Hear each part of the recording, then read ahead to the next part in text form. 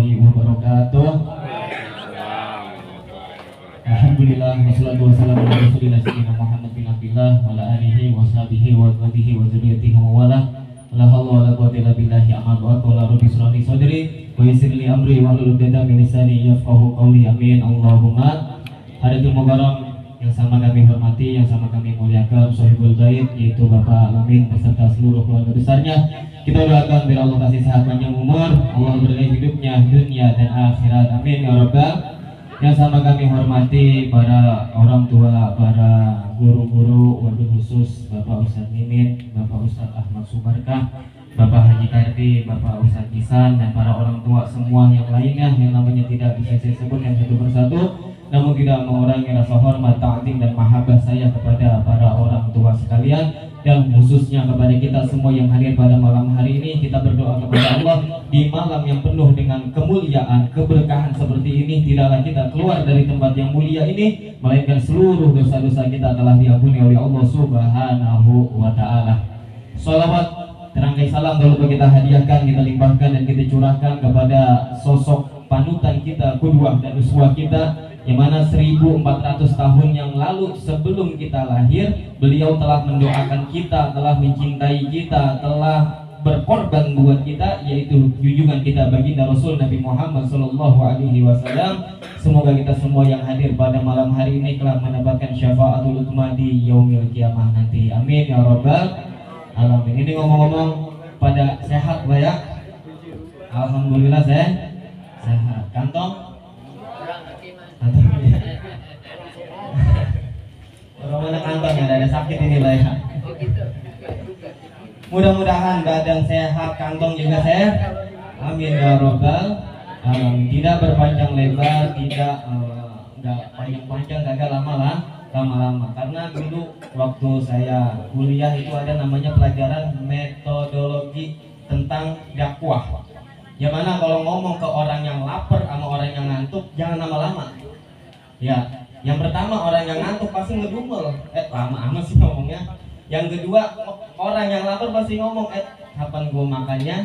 Ini udah lapar duluan. Jadi intinya pada malam hari ini kita ringkas, tapi kita ambil poin-poin tentang bagaimana kita bisa ingat tentang daripada kematian. Selain daripada kita ingat daripada kematian, malam hari ini kan malam yang mulia nih. Ya, 1400 tahun yang lalu di malam seperti ini 12 Rabiul Awal lahir kekasih kita, junjungan kita baginda Nabi Muhammad SAW.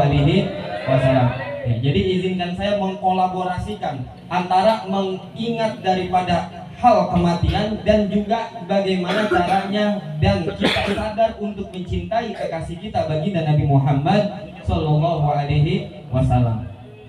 Dulu ketika baginda Nabi Muhammad SAW itu sakit Pak, kurang lebih sakitnya udah 14 hari karena diracun oleh orang Yahudi.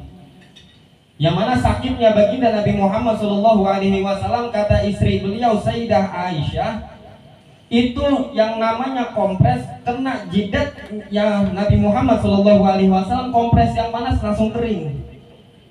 Itu kompres yang basah karena air itu kering. Kenapa? Karena begitu panasnya badan dan jidatnya baginda Nabi Muhammad SAW.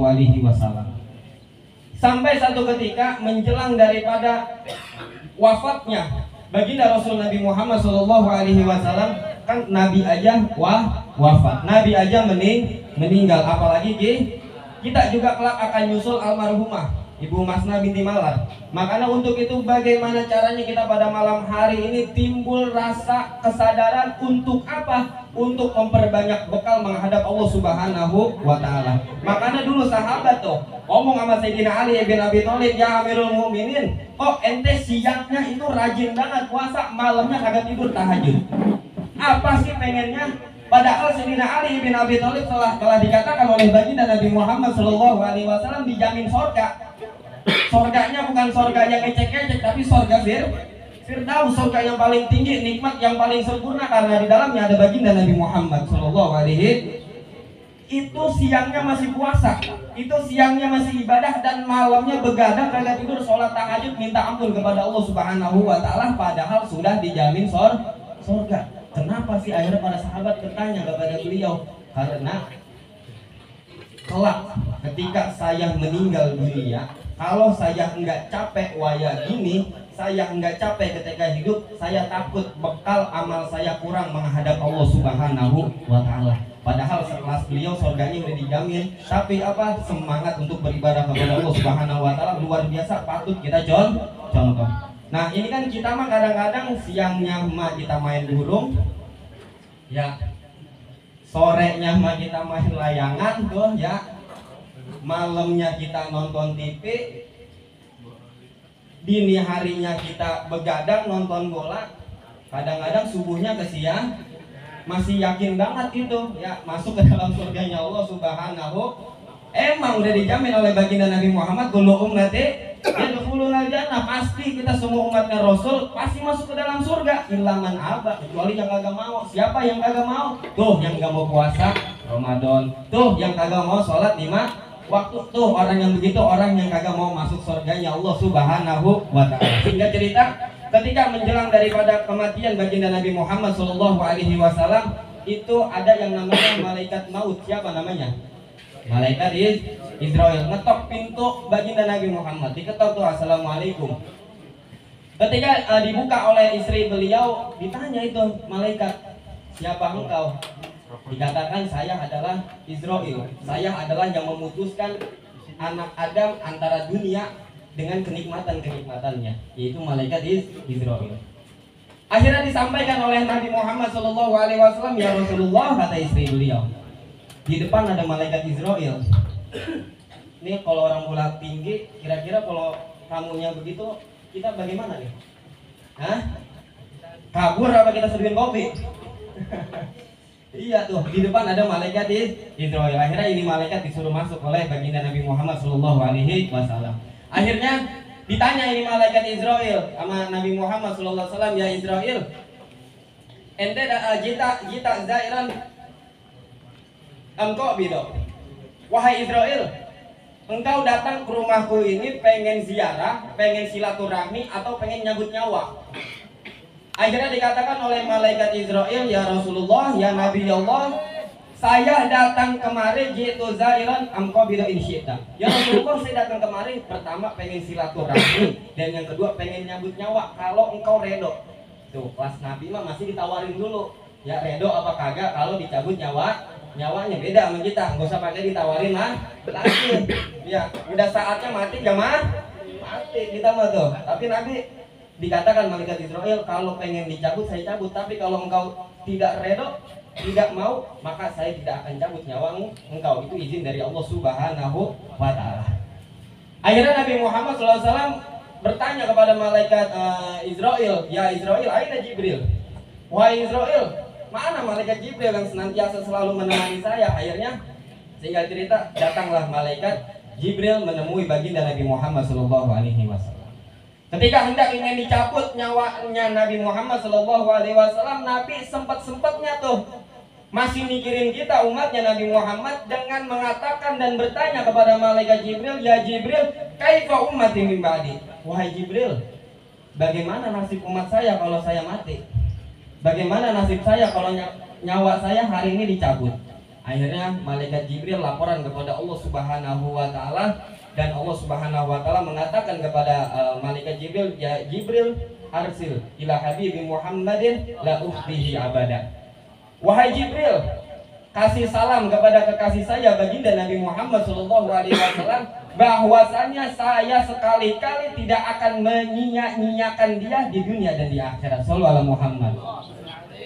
Kan apa yang pengen Nabi mau pasti dikabul sama Allah.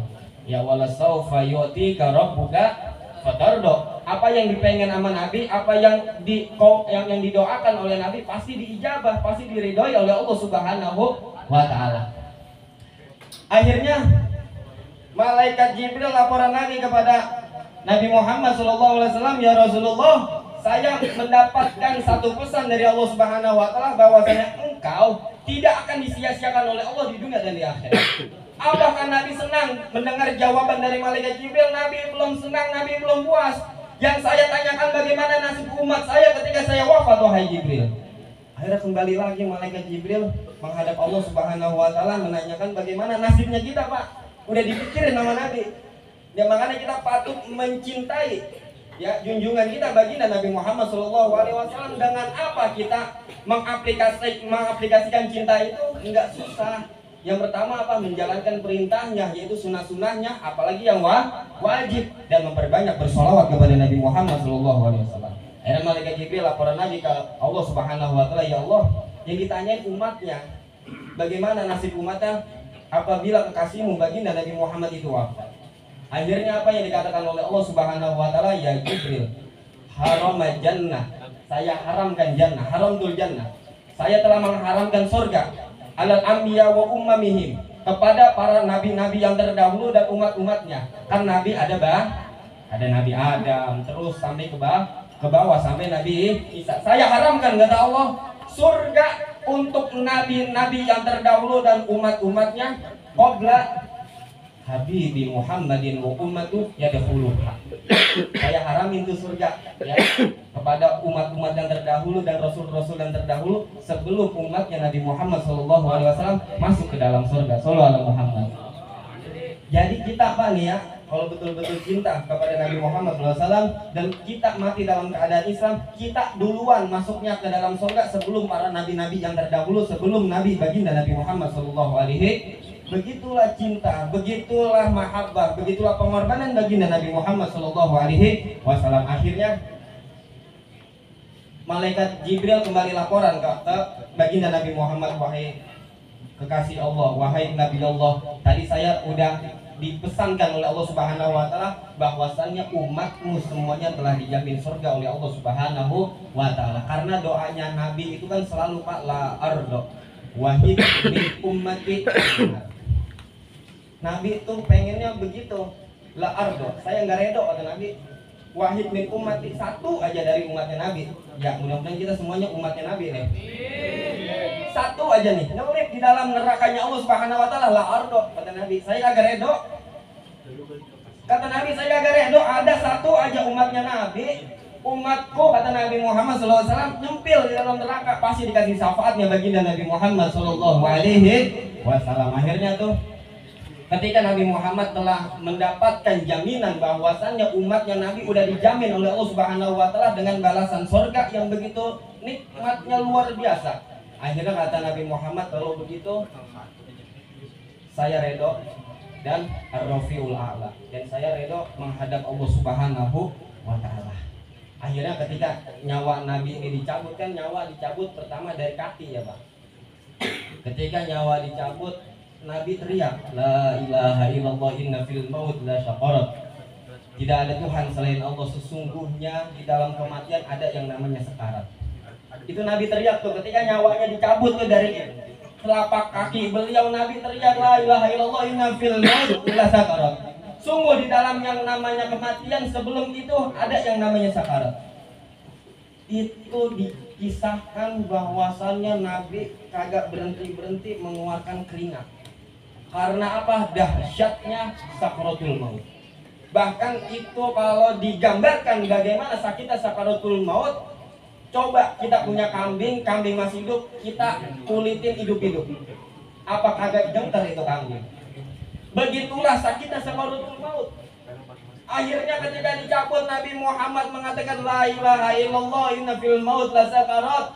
Akhirnya beliau mengatakan khafif alayya sakarat. Wahai Israel, pelan-pelan nyabut nyawa saya, ringankan sakaratul maut saya, kata Nabi Muhammad SAW. Akhirnya dikatakan oleh malaikat Israel kepada Nabi, ya Rasulullah, sungguh ini sudah 70 kali saya lembutkan. Jadi ketika nyabut nyawa Nabi itu udah 70 kali lebih ringan dibandingkan menyabut orang lain. Akhirnya bukan kesedihan memikirkan bagaimana sakitnya sakaratul maut beliau. Yang dipikirkan dan yang ditanyakan kepada malaikat Israel adalah, ya Jibril, ya Israel, kalau 70 kali aja sakitnya masih kayak begini, bagaimana engkau mencabut nyawa umatku? Yang dipikirin kita lagi aja. Makanya abong banget kita agak cinta sama Nabi Muhammad SAW. Dikatakan oleh malaikat Israel, wahai kekasih Allah, wahai Nabi Muhammad, saya nyabut nyawa umatmu itu biasa. Umatmu tuh manusia biasa, enggak saya ringanin sedikit pun. Akhirnya bercucurlah itu yang namanya keringat dan air mata baginda Nabi Muhammad SAW, dan yang dikatakan oleh Nabi, intakil ala saqaratil ummati ilayya. Ini adalah kalimat cinta dari Nabi Muhammad SAW kepada kita. Wahai Israel, saya berdoa kepada Allah Subhanahu wa Ta'ala, pindahin sakitnya sakaratul maut umatku semuanya nih. Kita nih udah ditanggung sakitnya sakaratul maut kita kepada baginda Nabi Muhammad SAW. Sallallahu Muhammad. Sakitnya sakaratul maut kita tuh udah ditanggung sama Nabi Muhammad. Kan bapak-bapak semuanya nih kita nih ya, termasuk saya juga yang udah punya anak. Kalau ditanyakan kagak ada yang mau sakit, Pak, ada yang mau sakit? Nah, sakit gigi aja mungkin kagak ada yang mau. Makan kagak enak, tidur kagak bisa. Kalau ditanya Pak mau sakit, enggak ada yang mau. Tapi kalau udah melihat anak sakit, ya apalagi saya Pak nih, anak saya masih 3,5 tahun itu kalau panasnya tinggi, mudah-mudahan Allah kasih kesembuhan, itu suka stip ya, suka stip. Itu yang saya pandangin itu wajahnya, dan itu di dalam hati kita, ya Allah pindahin sakitnya ke saya, jangan anak saya. Padahal kalau ditanya saya mau sakit kagak mau, betul Bang. Tapi kalau melihat anak kita sakit luar biasa, ya Allah jangan anak saya, biar saya aja orang tuanya yang merasakan sakit. Kenapa? Karena cinta. Begitupun baginda Nabi Muhammad SAW cinta sama kita. Ya, makanya apa? Jangan umat saya ya Allah yang menanggung sakitnya sakaratul maut, cukup saya yang menanggung sakitnya seluruh umatku, umatnya baginda Nabi Muhammad SAW. Dicabut nyawa Nabi. Ya, dari ujung kaki dicabut terus sampai dengkul, dicabut lagi sampai ketika dicabut hampir setengah ruhnya baginda Nabi Muhammad SAW. Sebelum nyawa beliau lepas daripada jasadnya baginda Nabi Muhammad SAW, yang dikatakan oleh Rasulullah bukan hartanya, bukan warisannya, bukan yang lain-lainnya, tapi yang dikatakan kepada istrinya, ya zaujati, wahai istriku, arsil ala ummati salam. Wahai istriku, kalau saya udah meninggal, sampaikan salam saya, salam cinta, salam mahabbah, salam sayang saya kepada seluruh umatku, umat yang Nabi Muhammad SAW. Jadi kita semua nih udah diodoain sama Nabi, udah mendapatkan salamnya baginda Nabi Muhammad SAW, dan kita semua kelak juga akan mati, dan kita semua juga akan mengalami yang namanya sakaratul maut. Dan bagaimana sakitnya sakaratul maut sudah digambarkan tadi tuh, sakitnya luar biasa. Dan ketika sakaratul maut tiba nih, kita umatnya baginda Nabi Muhammad SAW itu didatangin sama yang namanya 7.000 setan, kata Imamul Haddad Habib Abdullah Ibn Al-Haddad. Kalau kita mati nih, mau dicabut nyawa kita tuh, itu 7.000 setan itu datangin kita. Kalau kita masih hidup baru 1-2 setan Pak yang godain kita. Kadang-kadang baru 1-2 setan kita udah banyak kalahnya sama setan. Yuk ngaji, kadang-kadang ada bisikan hati, ah males banget, ah mendingan tidur, ah mendingan nonton bola, ah mendingan begini dan begitu. Itu baru 1-2 setan yang menggoda kita. Ketika sakaratul maut itu yang namanya setan, yang namanya iblis itu all out, kerja mati-matian. Bagaimana ini orang bisa keluar dari agama Islam, dan ini orang bisa nemenin saya di dalam nerakanya Allah Subhanahu wa Ta'ala, akhirnya digoda luar biasa. Ini kita akan mengalami yang kayak begitu. Makanya ketika ada orang sakaratul maut itu sering ngelihat wajah-wajah orang-orang yang telah meninggal. Itu saya tanpa hati-hati. Itu wajah-wajah yang telah meninggal mengatakan, kadang-kadang berupa wajah ibu kita, ayah kita yang telah berkurang rahmatullah, uwak kita, nenek kita dan lain sebagainya, mengatakan apa? Ngomong itu Pak. Cuma kita kagak ngeliat, cuma yang di sekitar kagak tahu. Mengatakan apa? Udah. Ternyata agama yang lain itu bikin selamat, bukan agama Islam. Agama ini nih yang bikin selamat, bukan Islam. Agama ini nih yang bikin selamat, bukan Islam. Itu menggoda kayak begitu. Makanya ketika kalau saudara kita, tetangga kita, semuanya yang kita sayangi, kita cintai, ketika lagi ngigau kayak begitu, buru-buru bisikin di dalam telinga, la ilaha Muhammadur. Karena ketika itu luar biasa tuh setan menggoda. Akhirnya apa? Ketika 7.000 setan itu menggoda, bagaimana caranya kita bisa selamat? Siapa yang menolong kita ketika itu? Syukur-syukur ketika kita sakaratul maut ada anak kita, ada bini kita ya yang bisikin kita kalimat la ilaha illallah Muhammadur Rasulullah. Kalau kagak ketahuan, siapa yang menolong kita? Yang menolong kita tidak lain tidak bukan adalah baginda Nabi Muhammad Sallallahu Alaihi Wasallam. Makanya dikatakan oleh Imam Al-Haddad ketika orang sakaratul maut, orang yang sering semasa hidupnya sholawat kepada Nabi Muhammad Sallallahu Alaihi Wasallam, itu yang namanya 70.000 setan pergi. Ya pergi, takut. Kenapa? Ada cahaya baginda Nabi Muhammad Sallallahu Alaihi Wasallam, dan Nabi langsung tuh ya yang mentalkinkan kita, yang mengarahkan kita, yang mengajarkan kita, yang membisikkan di dalam kuping kita ini kalimat la ilaha illallah Muhammadur Rasulullah. Dan ketika kita melihat bagaimana rupanya yang begitu tampan wajah baginda Nabi Muhammad Sallallahu Alaihi Wasallam, sakitnya sakaratul maut nggak bakal terasa. Karena kita takjub melihat indahnya wajah baginda Nabi Muhammad Sallallahu Alaihi Wasallam. Kan kisahnya dulu Nabi Yusuf tuh, ya Nabi yang ganteng luar biasa. Ketika Nabi Yusuf lewat kan orang-orang yang ada di kerajaan itu ya yang namanya Julaikho itu lagi motong apel, nggak kerasa tuh yang namanya jari-jarinya pada keiris. Kenapa? Takjub. Ganteng luar biasa, haibah, wibawa luar biasa Nabi Yusuf alaihissalam. Makanya keiris aja tangannya kagak berasa, sakitnya agak berasa karena takjub melihat bagaimana indahnya wajah Nabi Yusuf. Dan begitu pun kita menjadi umatnya Nabi Muhammad, makanya beruntung sakitnya sakaratul maut tidak akan terasa kalau semasa hidup kita sering sholawat kepada Nabi. Kita akan melihat ketika sakaratul maut wajah mulia baginda Nabi Muhammad Sallallahu Alaihi Wasallam, nggak bakal terasa sakitnya karena kita takjub melihat begitu indahnya wajah kekasih kita baginda Nabi Muhammad Sallallahu Alaihi Wasallam. Jadi intinya kita semua yang hadir pada malam hari ini kelak juga akan nyusul orang-orang yang telah berpulang ke rahmatullah. Dan kita semua juga akan menyusul mereka semua yang telah dikuburkan di dalam alam barzah. Dan kita semua menghadap kepada Allah Subhanahu wa Ta'ala, enggak bawa rumah, enggak bawa harta, enggak bawa jabatan, enggak bawa tahta dan lain sebagainya. Yang kita bawa adalah bekal amal baik ataupun amal buruk. Dan sebaik-baik amal adalah yang diajarkan oleh baginda Nabi Muhammad